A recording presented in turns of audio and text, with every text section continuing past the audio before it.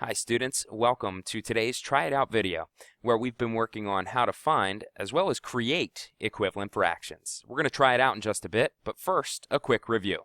Let's have some fun with this. In order to find and create equivalent fractions, we need to know what an equivalent fraction is. Equivalent fractions have the same exact value, like this 1/2 of pizza up here, equal to this 2/4 of pizza, and this 4/8 of pizza. They all are equivalent to each other, but as a fraction, they look totally different. Why are they the same? Because when you multiply or divide both the top, the numerator, and the bottom, the denominator, by the same number, the fraction keeps its worth or value. There's one quick rule to apply to make sure that you can create and find equivalent fractions. Let's review. The rule is change the bottom using multiply or divide, and the same to the top must be applied. The best way to memorize this is to repeat it over and over again. So you should repeat it at home with me right now. So in order to find and create equivalent fractions, change the bottom using multiply or divide, and the same to the top must be applied. If you don't have it memorized just yet, let's try and say it again in a different way. Change the bottom using multiply or divide, and the same to the top must be applied. How about a couple more times?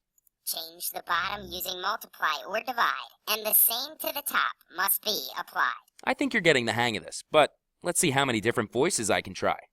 Change the bottom using multiply or divide, and the same to the top must be applied. Change the bottom using multiply or divide, and the same to the top must be applied. How about really fun? See if you can understand this. No,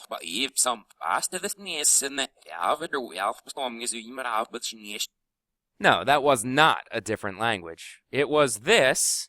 Change the bottom using multiply or divide, and the same to the top must be applied. In reverse order. That's the only rule to remember when you are trying to create or find equivalent fractions. So the example I've been showing students here in class would be something like when you see 6/12. Let me make that a little bit bigger so you can all see it a little bit better. If I'm asked to create an equivalent fraction out of 6/12, well, I need to remember the rule. Change the bottom using multiply or divide. The bottom number is my denominator. How do I change it? I either multiply, in which case I could do multiply this 12 by 2. And the same to the top must be applied means I need to multiply the top by 2. And then I just do the math. 6 times 2 is going to give me 12. And 12 times 2 will give me 24. Keep in mind that you can always multiply. As long as you're not multiplying by 1 or 0, you will come up with an equivalent fraction. But you must change the bottom using multiply or divide, and the same to the top must be applied. Let's try division. In this case, I could change the bottom using divide,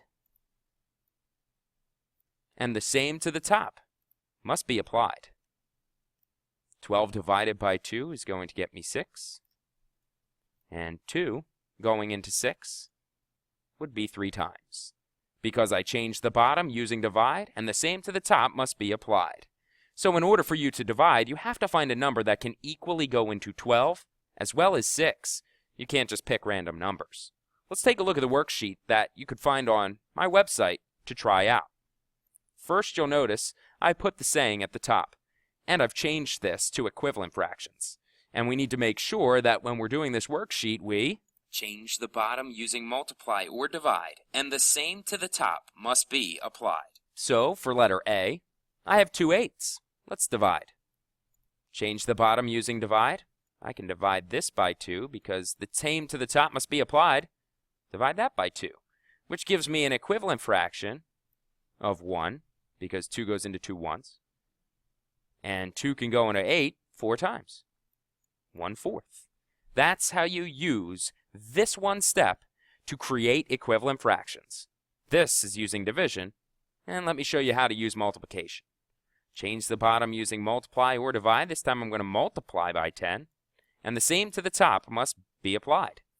4 times 10 is 40, and 10 times 10, if I think back to place value, is 100. Now, at the same time, you may be asked to look at fractions like this. 3/4 equals some amount of eighths. In this case, you have to be a detective. You have to determine what they did in order to get the denominator of 8. Well, first of all, you have to make sure. Did they multiply or divide? Well, in order to go from 4 to 8, the number is getting larger, which means they multiplied.